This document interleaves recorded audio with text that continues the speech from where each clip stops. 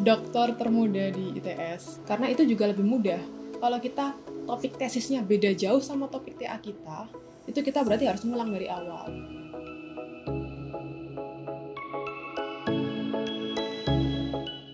Perkenalkan, nama saya Raras Maya Indraswari. Saya dosen di Departemen Sistem Informasi, di mana di sini saya biasanya dipanggil Bu Resma.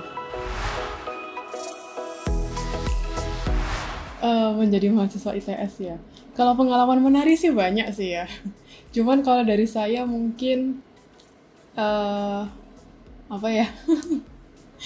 Gini aja deh, saya termasuk salah satu dokter termuda di ITS gitu. Jadi saya lulus S3 kemarin usia 24. Sekarang saya usianya tahun ini, sebentar saya jadi lupa kan umur saya berapa. Mau masuk 27. Jadi saya lulus 2019 kemarin.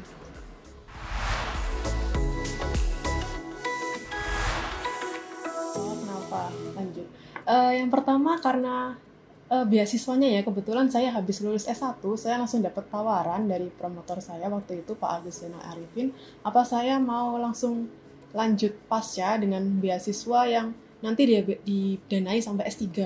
Dan ini karena jarang ya di beasiswa yang langsung sampai S3, dan kebetulan beasiswanya juga unik. Ini jadi saya S2-nya tuh cuma setahun dan semacam matrikulasi aja, jadi nggak ngerjakan tesis, jadi saya cuma ngambil mata kuliahnya aja, nggak ngerjakan tesis, terus bisa langsung lompat S3. Nah, nama beasiswanya ini namanya PMDSU. Pendidikan Magister menuju Doktor untuk Sarjana Unggul. Nah, beasiswanya ini kalau nggak salah dari Kemdikbudristek, Dikti kemarin itu namanya, dimana beasiswanya ini memang sangat terbatas ya. Jadi untuk yang kalau S3 kan dia sistemnya ada yang namanya promotor. Jadi kita S3 tuh full ngerjakan riset kayak TA gitu lah ya. Jadi nggak ada perkuliahan, jarang sekali ada perkuliahan di kelas. Mungkin cuma 2-3 mata kuliah terkait metodologi penelitian, terus penulisan publikasi, seperti itu. Tapi sisanya adalah kita belajar di bawah bimbingan promotor. Nah, untuk beasiswa PMDSU ini karena targetnya adalah sampai S3, maka ya berarti kan harus di bawah promotor ya, sehingga promotornya tadi, dosen yang bisa menjadi promotor itu diseleksi ketat oleh Dikti. Selain mahasiswa yang bisa menerima beasiswa juga diseleksi. Jadi di ITS sendiri kebetulan waktu itu promotornya masih sedikit yang bisa jadi promotor PMDSU, dan kebetulan di Departemen Informatika cuma satu, karena saya lulusan informatika ya, jadi saya bisanya lanjutnya ke yang linier, ke informatika, dan kebetulan cuma satu waktu itu, cuma Pak Agus Zainal Arifin yang bisa, dan sayang sekali kalau kesempatan ini disia-siakan. Dan sehingga saya daftar beasiswanya, terus ikut seleksi, dan ya terima, alhamdulillah. Jadi saya kuliah S2-nya ya cuma setahun aja tanpa gelar S2, tanpa mengerjakan tesis. Setelah itu langsung S3. Jawaban jujurnya waktu itu karena informatika jujur sudah penuh dosennya. Jadi sudah lama nggak buka lowongan. Terus kemudian sebenarnya kan juga informatika, SI, mereka kan masih satu rumpun ilmu dasar ya, terkait ya dasarnya mereka masih sama-sama berbasis dari computer science, cuman kalau SI dia ada ke arah human sama organization-nya. Sementara kalau informatika mungkin ya murni computer science-nya. Jadi sebenarnya masih ada yang linear, apalagi saya masuk ke lab ADDI, jadi ya memang tidak berbeda jauh sebenarnya, gitu sih.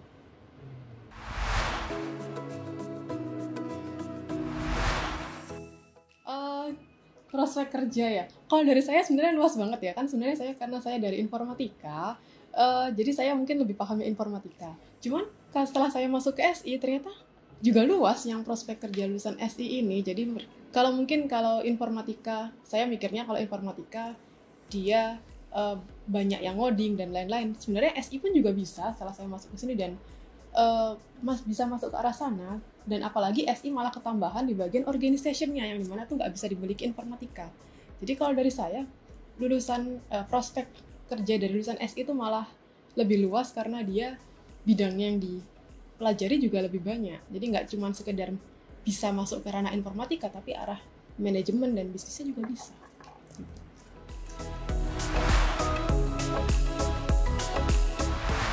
Ini bisa buat yang tempat lain juga nggak masalah sih. Yang pertama kalau dari saya sih, kalau bisa beasiswa.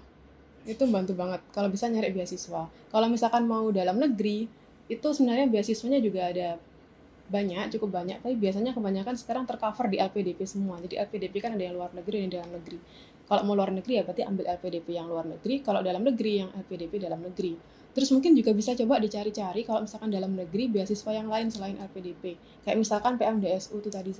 Ya, tadi mungkin nggak terlalu banyak yang tahu kalau ada beasiswa PMDSU, cuman kalian bisa coba cari tahu. Cuman kalau tadi ya PMDSU tadi dia beasiswanya tergantung promotornya ada atau tidak gitu, karena sampai S3 sih.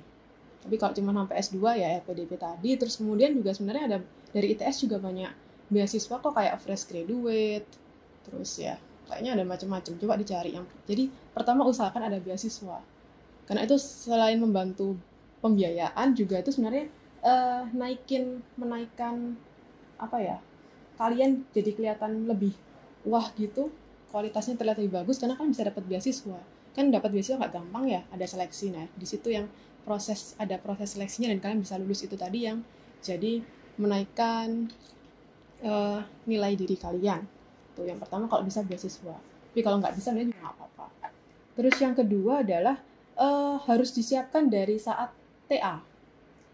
Jadi biasanya topik S2 itu kan tesis ya, dimana biasanya kalau S2 itu tahun pertama dia ngambil mata kuliah, tahun keduanya sudah full ngerjakan tesis. Dan biasanya tesis itu dia melanjutkan dari TA. Karena itu juga lebih mudah. Kalau kita topik tesisnya beda jauh sama topik TA kita, itu kita berarti harus ngulang dari awal. Dan itu makan waktu, takutnya malah nggak bisa lulus tepat waktu atau apa gitu. Jadi kalau saran saya, tesis itu lebih baik lanjutkan TA. Jadi kalian saat dari TA nanti, itu coba mencari topik yang perkembangannya bagus. Jadi sampai dalam beberapa tahun ke depan, dia masih jadi topik yang menarik. Terus juga masih open problem gitu, jadi masih bisa dikembangkan. Jadi saat kalian sambil ngerjakan TA, kalian sambil, oh ternyata masih bisa dikembangkan jadi gini ya, jadi gitu ya. Nah itu coba dipikirkan dari saat ngerjakan TA, sehingga tuh nanti bisa jadi topik kalian S2. Terus kemudian kalau misalkan kalian mau lanjut di ITS, terutama misalkan di SI juga, rekomendasi saya sih coba cari dosen pembimbing TA yang kalau misalkan sama-sama di SI ya, yang juga ngajar S2 gitu. Jadi bisa langsung lanjut ke promotornya ke beliau. Jadi selalu berkesinambungan gitu. Jadi lebih fokus.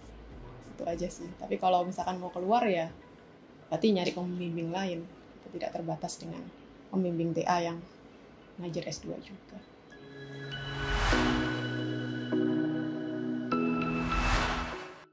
Saya sempat ngajar bentar di informatika, tapi nggak secara resmi. Dan kalau dari saya sih, saya senang antusiasme dari mahasiswa SI ini. Kelihatan lebih antusias.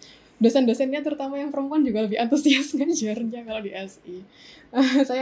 Waktu saya pertama masuk ke sini, ngajar ke sini, saya agak shock kok dosen cewek-ceweknya waktu ngajar online tuh sangat, bagus gitu loh. Nggak tahu, pokoknya beda lah. Kalau ada saya jadi buka kartu.